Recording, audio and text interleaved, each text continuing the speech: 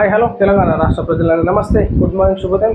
ఈరోజు మన ప్రజావాణి తెలుగు దినపత్రికలో మెయిన్ ప్యాషన్ వార్తా విశేషాలు ఎట్లా చూద్దాం. మన సంస్కృతిని మన భాషలోనే అర్థం చేసుకోగలం, విదేశీ భాషలను దూరం పెట్టే రోజులు వస్తాయి. పుస్తకావిష్కరణ కార్యక్రమంలో అమిత్ షా వ్యాఖ్య. మన దేశాన్ని, మన సంస్కృతిని, మన మతాన్ని అర్థం చేసుకునేందుకు ఏ పరాయి భాష సరిపోదని కేంద్ర మంత్రి అమిత్ షా అన్నారు.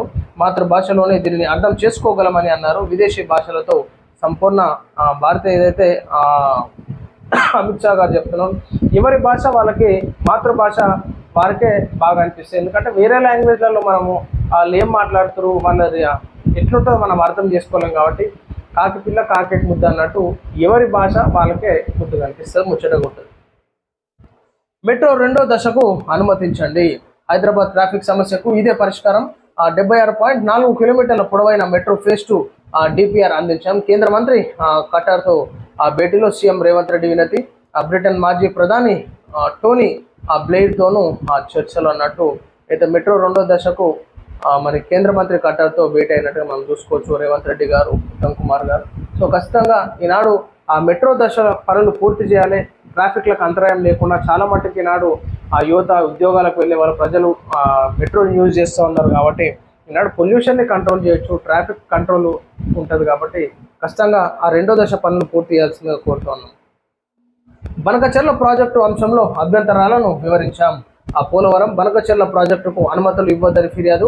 కేంద్ర మంత్రి పాటిల్ను కలిసిన సీఎం రేవంత్ మరియు ఉత్తమ్ అన్నట్టు మనం చూసుకోవచ్చు. బనకచెర్ల ప్రాజెక్టు గురించి మరి కేంద్ర మంత్రి పాటిల్ని కలిసినట్టుగా మనం చూసుకోవచ్చు వివరణ. సో ఏ విధంగా అసలు నష్టం జరుగుతుంది, తెలంగాణ రాష్ట్రం మరి రైతాంగం ఏ విధంగా నష్టపోతుంది, ప్రజలకి తాగు జలాలకు ఏ విధంగా ఇబ్బందికరమైనటువంటి పరిస్థితులు ఎదుర్కొంటారు. కాబట్టి సో ఆ విషయంలో మరి ఈనాడు సముద్రంలో కలిసేటటువంటి నీటిని ఆదా చేసుకోవాలంటే రాష్ట్రాలు సమన్వయంగా చర్చించుకొని కేంద్రం నుంచి నిధులు తీసుకొని అదేవిధంగా ఆ డ్యామ్లు రిజర్వాయర్లు నిర్మించుకోవాలి. కానీ ఈనాడు ఆంధ్రప్రదేశ్కి నష్టం కలిగించాలని తెలంగాణ ప్రభుత్వం అనుకోదు, తెలంగాణకి నష్టం కలిగించాలని చెప్పేసి ఏపీ ప్రభుత్వం కూడా అనుకోవద్దు.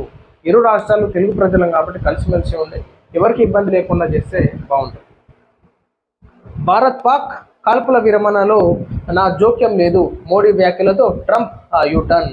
భారత్ పాకిస్తాన్ మధ్య కాల్పుల విరమణ ఒప్పందాన్ని కుదిర్చింది తానేనంటూ ఇటీవల అమెరికా అధ్యక్షుడు డొనాల్డ్ ట్రంప్ పదే పదే పాట పాడిన ట్రంప్ నాలుక మడతేశారు.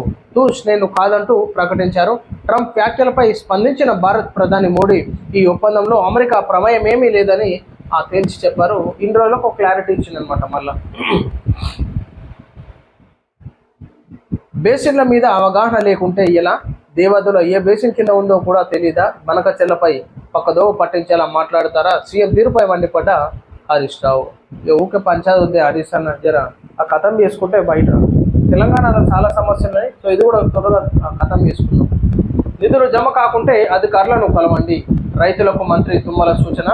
రైతు భరోసా నిధులు జమ కాని రైతులు ఆందోళన చెందాల్సిన అవసరం లేదని, అర్హత ఉంది, బ్యాంకు అకౌంట్లో డబ్బులు పడని రైతులు స్థానిక వ్యవసాయ అధికారులను సంప్రదించాలని మంత్రి తుమ్మల నాగేశ్వరరావు సూచించారు. మరోవైపు రాష్ట్రంలో కొత్తగా భూముల యాజమాన్యం పొందిన రైతులకు కూడా రైతు భరోసాకు అర్హులవుతారని ప్రభుత్వం తెలిపిన విషయం తెలిసింది అన్నట్టు రైతుల ఖాతాలో ఇక నిధులు జమ అయినట్టుగా చూసుకోవచ్చు మనం. రైతు భరోసా 4వ సీట్ ముందుకు ప్రభాకర్ రావు, ట్యాపింగ్ సమాచారం ఆధారంగా వరుస ప్రశ్నలు.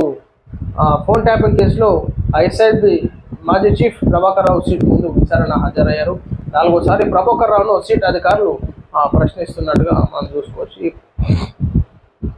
ఇంకెన్ని రోజులు విచారణ చేస్తారో ఏమో. కేబినెట్ నిర్ణయించకుండా పనులు చేపడతారా, సీఎం రేవంత్ రెడ్డికి ఈ విషయం తెలియదా. కాళేశ్వరం కూడా కేబినెట్ నిర్ణయం మేరకే జరిగింది.